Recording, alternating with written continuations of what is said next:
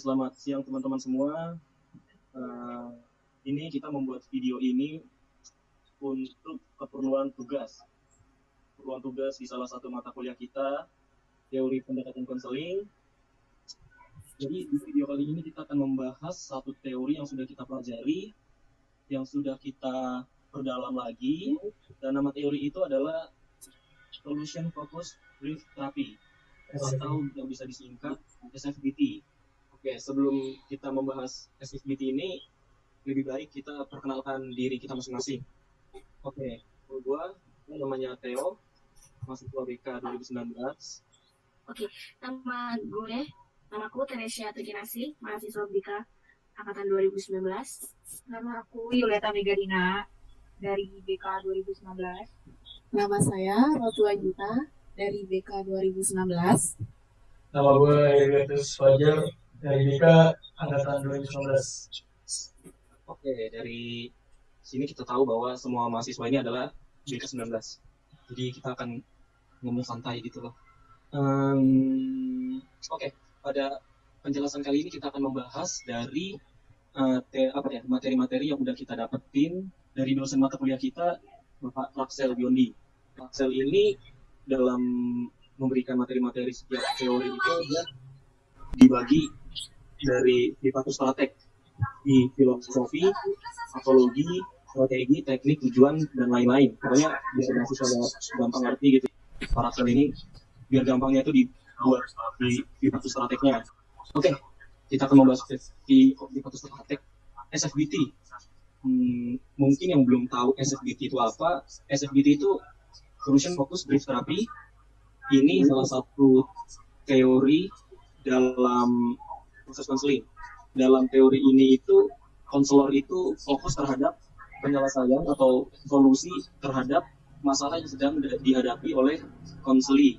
Jadi ya sesuai namanya aja gitu, solution focus. Jadi fokus sama solusinya. Jadi di teori ini tuh nggak lihat masa lalu lah, ada ego itu nggak berlaku untuk teori ini. Karena teori ini tuh benar-benar fokus sama solusi yang ingin dicapai oleh si konseling. Jadi yang buat teori ini itu, yang buat SFBT itu ada dua orang. Yang satu itu namanya Steve de Sazer dan satunya lagi namanya Inso Kim. Jadi dua orang ini membuat teori SFBT karena mereka percaya bahwa manusia ini memiliki kemampuan untuk memecahkan masalahnya sendiri, untuk fokus terhadap masalahnya tanpa melihat lagi masa lalunya, tanpa repot lagi ngulik-ngulik masa lalunya gitu. Ada beberapa kalimat yang sekiranya cocok untuk, bukan cocok sih, maksudnya kayak dasarnya gitu, dasar untuk teori ini. Yang pertama itu ada, if it's not broken, don't fix it. Jadi di teori ini tuh kalau misalnya ya kalau nggak rusak ya nggak usah diperbaiki gitu, baik-baik aja. Yang kedua, if something is found to be working, do more of it. Jadi kalau sesuatu itu bisa dilakukan dan berhasil, ya lakukan lebih gitu. Yang ketiga, if something is found to be not working, do something different. Jadi kalau misalnya usaha yang dilakukan itu nggak berhasil atau belum membuahkan hasil, lakukan sesuatu lagi yang baru, usaha lagi yang baru. Yang keempat itu ada, small steps can lead to big changes. Langkah kecil ini bisa membuat perubahan yang cukup besar. Dan yang kelima itu ada, the solution is not necessarily related to the problem. Solusi yang tidak selalu berhubungan dengan masalah ini, ya gitu. Nomor 6 itu ada, the language for solution development is different from language needed to describe a problem. Bahasa untuk mengembangkan solusi berbeda dengan bahasa untuk mengembangkan masalah. Oke, itu mungkin awalan dari SFBT ini. Sekarang kita masuk ke Hipatus Strateknya. Yang pertama ada V. V itu filosofi. Untuk teman-teman yang belum tahu, filosofi ini maksudnya manusia yang benar gitu. Manusia yang sehat dalam teori ini gimana, itu yang maksud dari filosofi. Jadi filosofi atau manusia yang benar, yang sehat dalam teori ini tuh, manusia adalah manusia yang kompeten dan memiliki potensi dalam mengkonstruksi permasalahan-permasalahan yang sedang dihadapi. Manusia tidak perlu berfokus pada masalahnya, tetapi fokus pada solusi, dan mewujudkan solusi yang diharapkan. Individu adalah pakar dalam kehidupannya mereka sendiri, atau inner subjective worth, dan mempunyai kemampuan untuk menyelesaikan masalahnya sendiri. Jadi itu dalam teori ini manusia yang sehat itu dikatakan sebagai manusia yang mampu mengkonstruksi permasalahan-permasalahannya yang sedang dihadapi. Jadi masalah-masalah itu dihadapi, tapi tidak terlalu fokus sama masalahnya. Yang difokuskan itu terhadap solusi yang ingin dicapai, solusi yang ingin dituju. Karena setiap individu merupakan pakar dalam kehidupannya masing-masing. Jadi yang tahu masalahnya dia, yang tahu solusinya juga dia. Maksudnya solusi yang terbaik itu ya dia, yang jalanin dia. Jadi ya pokoknya itu semuanya ke konselingnya. Kecenderungan manusia itu ada dalam teori ini, itu ada kebebasan memilih, optimistik, sosial, teknologi, dan yang terakhir ada ketidaksadaran dan kesadaran. Konsep dari SFBT sendiri itu ada problem talk versus solution talk. Kalau di problem talk sendiri itu ada ya problem gitu, apa sih yang nggak sempurna di hidup gua, apa sih yang menjadi kelemahan gua, apa sih yang tidak orang inginkan di dalam diri gua, apa sih yang salah.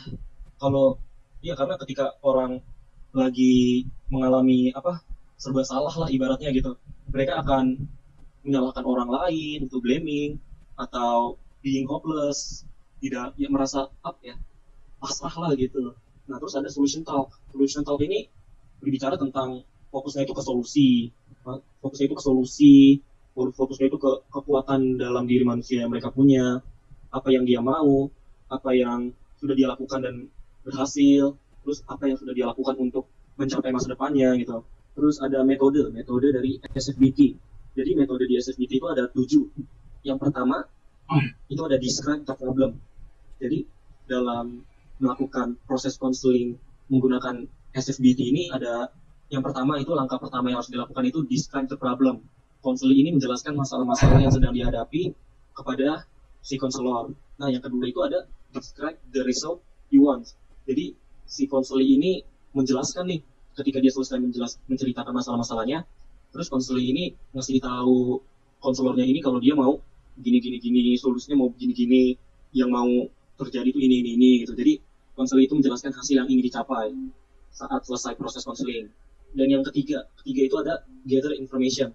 Gather information itu adalah konselor ini mengumpulkan informasi-informasi yang diperlukan untuk membantu konseling ini dalam mencari solusinya, dalam mencari solusi si konseling ini. Yang keempat itu ada think of solution. Jadi setelah mendapatkan informasi-informasi, konselor ini konselor dan konselor ini bekerja sama untuk memikirkan cara yang terbaik nih, untuk menemukan cara yang terbaik untuk menyelesaikan masalah si konseli. Nah, habis itu yang kelima, setelah dia udah dapat gitu misalnya list cara-cara yang mau dipakai. Nah, terus selanjutnya si konseli sama konselor ini milih nih cara yang terbaik yang mana ya, cara yang sekiranya bisa untuk dipakai oleh konseli itu yang mana, itu dipilih. Nah, yang keenam itu ada implement the solution. Setelah mereka memilih cara terbaik, konseli ini mulai mengimplementasikan atau mempraktikkan solusi yang sudah disetujui oleh konselor dan konselinya. Jadi dipraktekin lah ibaratnya gitu. Nah, yang ketujuh itu ada evaluate result and make necessary changes. Jadi setelah dia mempraktekkan solusi yang sudah disetujui, nah si konseli ini kembali lagi ke konselor, jadi kayak evaluasi lah, ini yang benar yang mana, ini berhasil nggak, terus apa yang harus dirubah. Jadi itu di proses ini tuh dievaluasi lah bahasa itunya, dievaluasi. Dan yang terakhir ada re-enter the design spiral at any step to revise as necessary. Jadi kalau misalnya emang belum ketemu nih, belum cocok lah, jadi itu diulang lagi cara-cara, entah itu dari pertama atau kedua atau ketiga atau keempat atau kelima atau keenam gitu. Jadi kalau emang belum berhasil, jadi dilakukan pengulangan gitu. Untuk filosofi kiranya sudah, berikutnya akan dijelaskan oleh teman saya Heribertus. Dia akan menjelaskan mengenai patologi. Ya silakan Heribertus. Oke Theo, terima kasih atas penjelasan filosofinya. Sekarang saya akan menjelaskan patologi. Patologi itu sendiri ialah mengenai individu yang bermasalah atau pribadi yang tidak sehat di dalam teori SFBT ini. Jadi, mengapa individu menjadi bermasalah atau tidak sehat? Individu menjadi tidak sehat karena ketidakefektifannya mencari dan menggunakan solusi yang dibuatnya. Lalu, individu menjadi bermasalah juga dirinya meyakini bahwa ketidakbahagiaan atau ketidaksejahteraan yang tercipta berpangkal dari dirinya. Misalnya, bagaimana ia memandang dirinya, membuat bentukan kisah atau cerita yang diberi label masalah dan bukan membuat cerita yang positif yang membangun pribadinya seperti halnya yang positif, yaitu membentuk sebuah kekuatan atau mengetahui kemampuan diri individu ini. Individu ini merasa bahwa dirinya itu adalah sumber dari masalah dan selalu menyalahkan dirinya atau self-blaming lah ya. Individu seperti ini memiliki pola pikir yang memikirkan kelemahannya ketimbang kelebihan yang dimilikinya, sehingga menghasilkan pribadi yang pesimistik. Dan ya, sekian penjelasan singkat saya mengenai patologi dalam pendekatan ini. Lalu selanjutnya ada tujuan yang akan dijelaskan oleh teman saya, Mega. Iya, saya akan menjelaskan tentang tujuan dari SFBT ini. Setiap teori itu pasti ada sebuah tujuan. Nah, tujuannya itu pertama, membantu individu agar mampu mengkonstruksi, di bahasa lain itu kayak menyusun solusi-solusi atas permasalahan yang dihadapi. Jadi individu itu kita bantu untuk menyusun nih solusi-solusi apa yang terjadi di dalam masalah dia tersebut. Yang kedua, membantu individu agar dapat berfokus pada masa sekarang dan meningkatkan rasa optimisnya dalam mengkonstruksi atau menyusun solusi-solusi. Jadi individu dibantu untuk fokus aja di masa sekarang dan melupakan masa lalunya, sehingga dia dapat meningkatkan lagi atau menyusun suatu solusi untuk masalahnya. Yang ketiga, membantu individu agar dapat menyadari keunggulan-keunggulan diri yang dia miliki. Dan sekarang akan dilanjutkan oleh strategi yang disampaikan oleh teman saya, Rotua Yunita. Oke, baik. Terima kasih. Saya akan melanjutkan tentang ke strategi. Nah, di SFBT itu sendiri memiliki banyak strategi untuk mencapai atau solusi dalam konseling.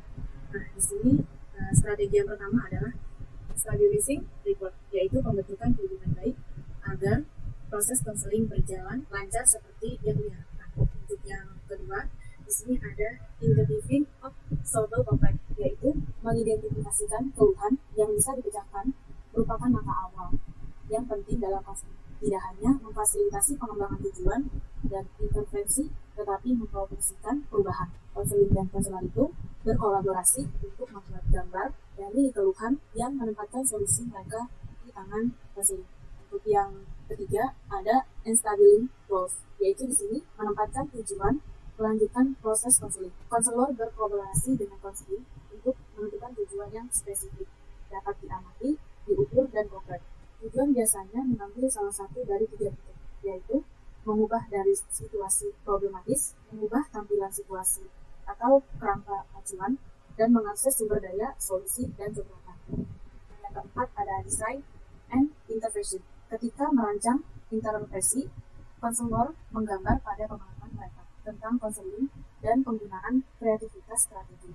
Tetapi untuk mendorong perubahan tidak peduli seberapa kecil. Pertanyaan tes selama tahap ini termasuk perubahan apa yang telah terjadi, perubahan apa yang sudah terjadi, yang hal-hal kecil yang bisa membuat kita menjadi lebih baik.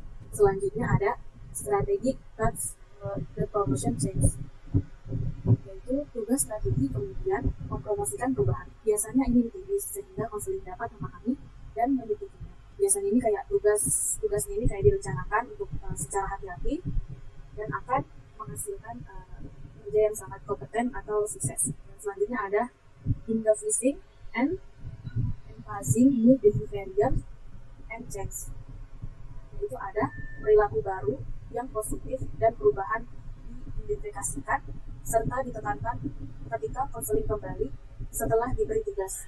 Pertanyaan fokus pada perubahan kemajuan dan kemungkinan termasuk seperti bagaimana Anda membuat hal itu terjadi. Jadi kayak kenapa kita bisa membuat hal itu menjadi lebih baik ya, karena kita bisa memberikan solusi atau lebih solusinya seperti berpikir positif agar masalah itu bisa terselesaikan. Dan yang terakhir ada stabilization atau stabilisasi, yaitu ciri-ciri pertanyaan yang diajukan konselor untuk mengidentifikasikan keberhasilan konseling. Baik, untuk strategi sudah selesai saya jelaskan dan akan dilanjutkan dengan yang terakhir oleh Kinasi. Oke. Di sini aku bakal bahas tentang teknik yang digunakan dalam terapi activity. Teknik di sini ada 7. Aku jelasin satu-satu. Yang pertama itu ada teknik change. Dalam teknik ini, siswa biasanya memaksa perubahan menjadi pada konseling atau positif untuk perubahan. Konselor melakukan teknik ini dengan bertanya pada konseling. Misalnya, apa yang Anda telah lakukan dalam memberikan solusi dan perubahan konseling. Terus yang kedua, itu ada exception question. FPT biasanya menanyakan pertanyaan-pertanyaan exception untuk mengarahkan konseling pada waktu ketika masalah tersebut tidak ada atau ketika masalah itu tidak begitu intens. Exception biasanya merupakan pengalaman-pengalaman masa lalu dalam kehidupan konseling. Tapi bagaimanapun juga terjadi. Eksplorasi ini mengingatkan kepada masalah-masalah yang semua kuat dan tidak selamanya ada. Tetapi juga memberikan kesempatan untuk membangkitkan sumber daya, menggunakan kekuatan-kekuatan dan menempatkan solusi-solusi yang mungkin dalam kosakata fokus solusi disebut dengan STOP. Yang ketiga ada the miracle question. Miracle question merupakan teknik utama di SFBT. Konselor biasanya meminta konselir untuk mempertimbangkan bahwa suatu keajaiban membuka berbagai kemungkinan di masa depan. Konselir didorong untuk membiarkan dirinya bermimpi dengan cara untuk mengidentifikasi jenis perubahan yang paling mereka inginkan. Pertanyaan ini memiliki fokus pada masa depan, di mana konselir dapat mulai untuk mempertimbangkan kehidupan yang berbeda dan tidak didominasi oleh masalah-masalah di masa lalu. Konselor akan bertanya, jika terjadi keajaiban dalam masalah Anda terpecahkan dalam semalam, bagaimana kau tahu itu dapat dipecahkan? Dan apa yang menjadi berbeda? Konselor kemudian didorong untuk memberikan apa yang menjadi berbeda. Meskipun masalah yang akan dirasakan, jika konselor menyatakan bahwa ia merasa lebih rahasia dan aman, konselor mungkin mengatakan, biarkan diri Anda membayangkan bahwa Anda meninggalkan kantor hari ini dan bahwa Anda akan berada di jalur yang benar untuk bertindak lebih percaya diri dan aman. Apa yang akan Anda lakukan secara berbeda? Yang keempat, ada scalping question. Ini ada dikutip dari Inayah oleh Nichols menjelaskan bahwa pendekatan SFBT dan solution based focus brief therapy yaitu sebuah pendekatan yang memandang individu memiliki kemampuan untuk bertingkah laku secara efektif dalam menyelesaikan masalahnya. Dan tersebut ditutupi adanya anggapan individu. Lebih diarahkan untuk memperhatikan kelebihan yang ia miliki. Terus, yang kelima, itu ada formula first station task. Terapi ini merupakan suatu terapi yang memberikan pekerjaan rumah kepada konseling pada awal konseling maupun di sesi konseling selanjutnya. Pada teknik ini, konseling biasanya mengembangkan dan mencari solusi dengan melakukan sesuatu pengamatan tentang tujuan ke depan yang ia ingin capai. Seperti kalau demikian, besok berarti sebagai salah satu. Kalau demikian berarti kamu membuat jadwal belajar sehingga jadwal belajarmu lebih teratur. Sebagai salah satu daya pacu agar bisa meningkatkan belajarnya sehingga konsep dirinya juga lebih meningkat. Kemudian ada yang keenam, yaitu terapis feedback to client. Terapis feedback to client adalah merupakan teknik activity yang memberikan umpan balik kepada konseling.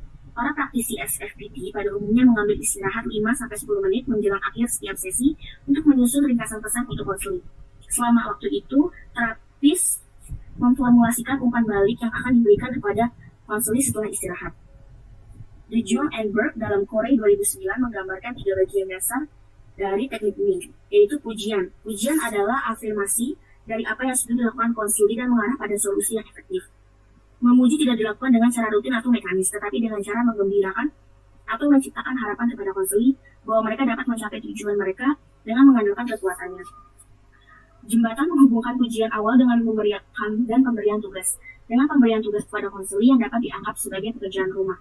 Tugas observasional meminta konseling untuk memperhatikan beberapa aspek kehidupan mereka.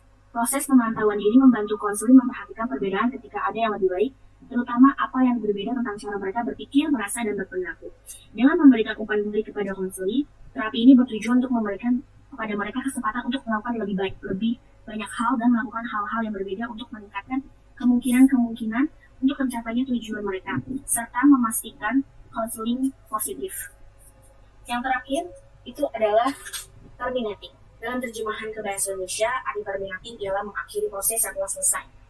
Dalam bimbingan konseling, termination atau terminating adalah pengakhiran yang digunakan oleh konselor untuk mengakhiri komunikasi konseling, baik mengakhiri untuk dilanjutkan pada pertemuan berikutnya maupun mengakhiri karena komunikasi konseling betul-betul telah berakhir.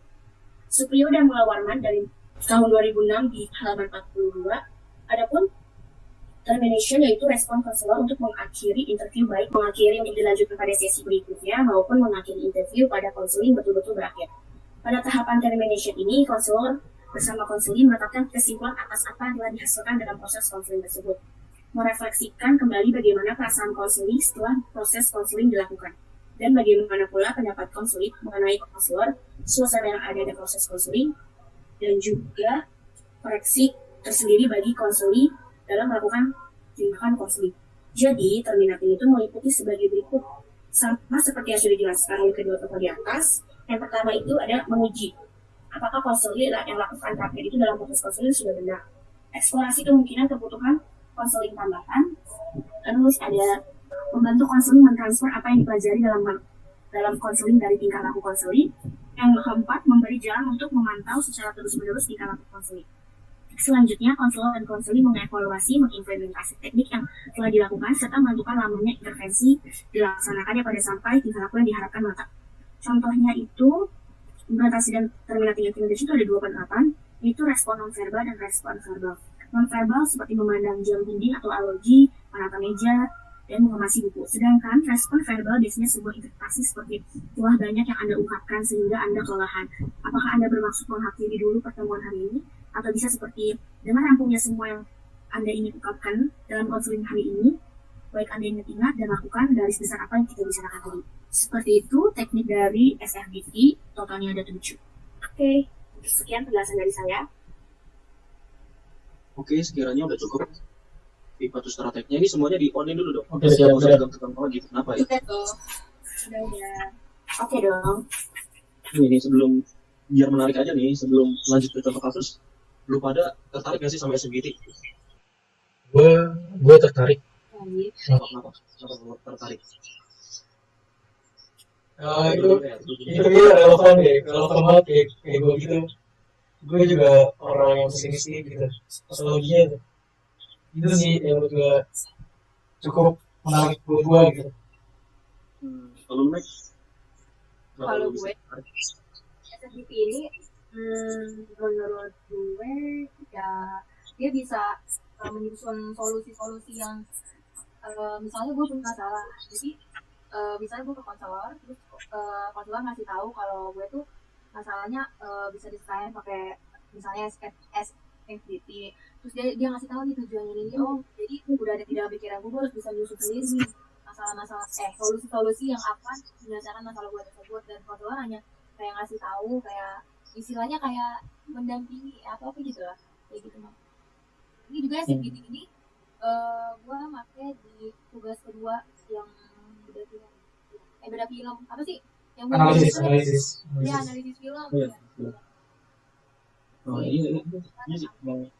SFDT itu menurut gue juga apa ya, dia nggak ribet gitu, nggak harus lihat-lihat lagi ke masa lalu, dan juga nggak usah ribet-ribet lagi sama tipe kepribadian gitu. Jadi dia emang langsung fokus sama solusinya, karena menurut gua ini juga teori ini kayak apa ya, cocok aja gitu dipakai untuk orang-orang yang zaman sekarang. Maksud gua kayak orang-orang zaman sekarang kan nggak mau ribet gitu, nggak mau lama, maunya kayak langsung gitu. Benar-benar seperti anak-anak zaman now lah ya. Oke, kita langsung masuk ke teknik kasus. Oke, contoh kasusnya oleh Dewa sih. Iya gua kasus. Oke, kita contohnya ini kayak anak lah gitu ya, misalnya ya kita kasih nama misalnya Michael atau siapapun itulah. Dia ini anak SMA. Nah, anak SMA. Terus ini anak SMA ini udah kelas 12 nih, si Mike ini. Nah, di kelas 12 dia kayak dia punya tujuan untuk masuk PTN nih, PTN favorit di Indonesia bahkan. Nah, tapi kalau dilihat lagi, dia punya masalah. Dia dari kelas 10 sampai kelas 11 itu punya masalah sama apa ibaratnya ya, lifestyle gaya hidupnya dia. Dia malas belajar, malas ngerjain tugas, terus kalau guru ada lagi jelasin malas dengerin atau bahkan tidur gitu. Nah, jadi dia udah apa ya, udah pasrah aja gitu, udah mau pasrah gitu. Tapi karena dia emang niat banget mau masuk PTN favorit ini, dia ingin merubah nih lifestyle-nya nih, dia ingin merubah cara hidupnya. Nah, makanya itu dia ke guru BK untuk konseling akademik, untuk konsultasi gitu. Nah, si Mike ini cerita tuh kalau misalnya dia mau masuk PTN favorit di Indonesia, terus tapi masalahnya dia masih kurang di pelajaran gitu, karena dia di kelas 10 sama 11 itu males ngerjain tugas, terus kalau guru jelasin dia tidur, ya ibaratnya kayak kurang lah gitu nilainya. Nah, akhirnya si guru BK ini dia kayak nyaranin gitu, mungkin di kepala guru BK-nya langsung nangkap, gue harus pakai SFBT mungkin di kepala guru BK-nya gitu. Nah, akhirnya dia si guru BK sama siapa sih tadi namanya, Michael ya, si Michael ini kayak ngobrol-ngobrol gitu, ini kamu maunya gimana nih, kamu mau gimana, kamu mau berubah apa, kamu mau gimana ke depannya, terus kamu mau kayak apa berubahnya gitu. Jadi mereka konsultasi akhirnya ketemu. Nah, si Mike ini mau mengubah gaya hidupnya gitu. Si Mike ini mau merubah gaya hidupnya yang tadinya pemalas, malas banget sama pelajaran, malas banget ngedengerin guru jelasin, malas ngerjain tugas, pokoknya malas lah kalau di sekolah tuh. Dan dia ingin merubah, dia bakal rajin belajar lagi untuk memperbaiki nilai-nilainya yang kurang, terus lebih ingin mendengarkan lagi. Pokoknya dia melakukan cara-caranya itu agar dia masuk ke PTN gitu.